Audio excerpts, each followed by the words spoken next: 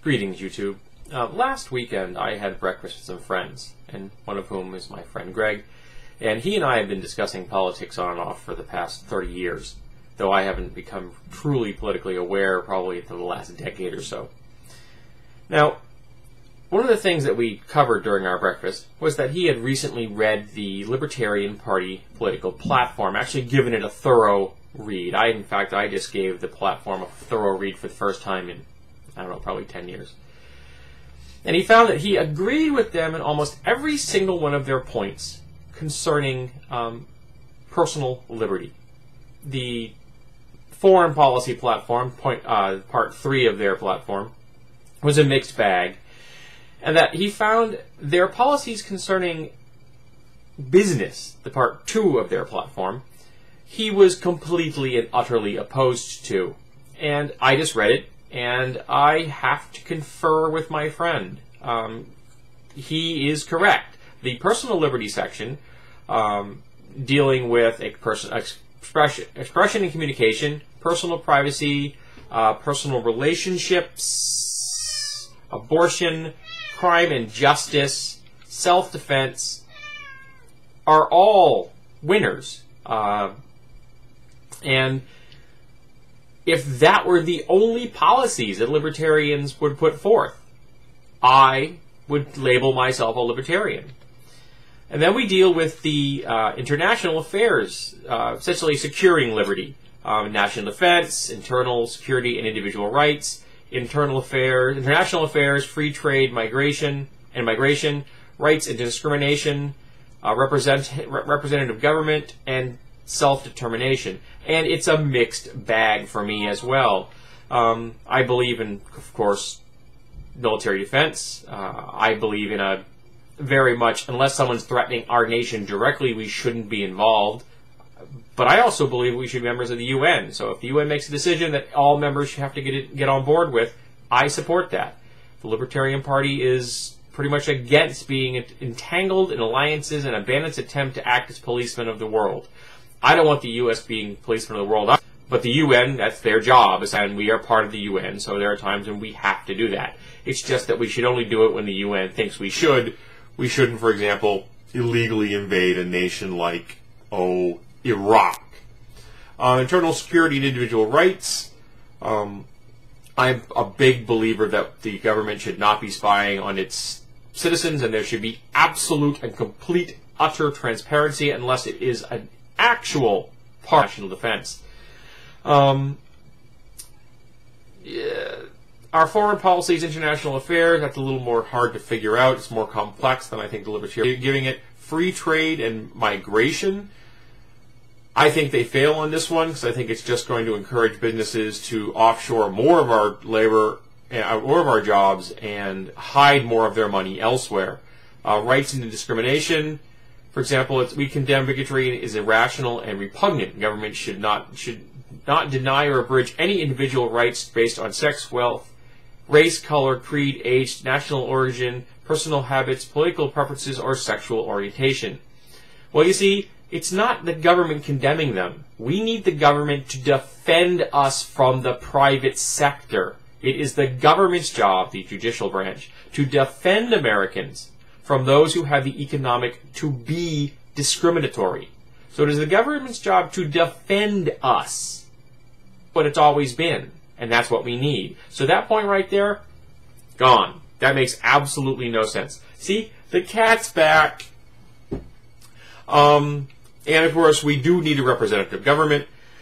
I just think that their definition of representative government and my definition of representative government probably are slightly off. But when it comes to property and contracts in the environment, energy and resources, government finance and spending, money and financial markets, monopolies and corporations, labor markets, education, healthcare, retirement and income security. All of these things that I have just mentioned, I think that libertarians get 100% wrong.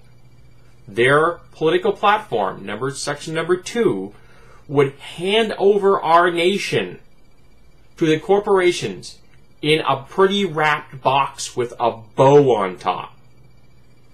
All right? Worse than anything that we have now. It would make the 19th century robber barons look like toddlers. It would make them seem genuinely egalitarian and good-meaning to us. Because the policies put forth in that platform would wipe out the middle class. It would destroy our environment. It would rape our labor market. It would turn every single American that isn't in that economic elite into serfs. Plain and simple. It is the wet dream of every conservative businessman in America. And anytime a conservative businessman is happy about something, that right there is a time when you should be going, ding, ding, ding, ding. How are they adversely affecting the middle class and the poor? Because whenever they're happy about something, I can guarantee you that it does not have the best interests of 98% of Americans that aren't bloody wealthy.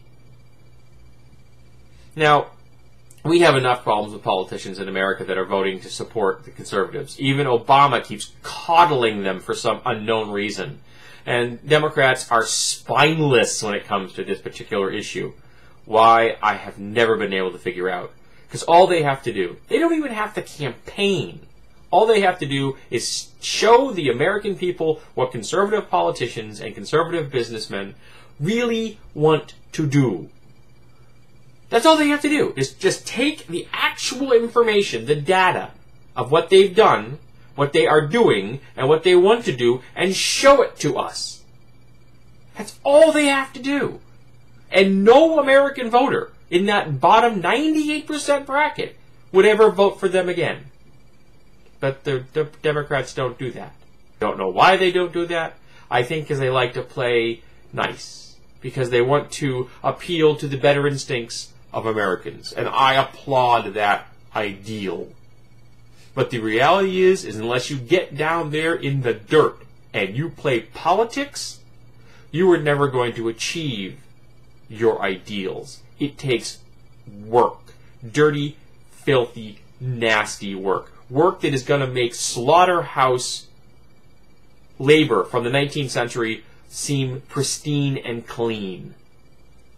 And that's what you have to do to achieve your ideals. You can't get up in your ivory tower and say, you should come up here and play the game that we play it, because it's never going to happen.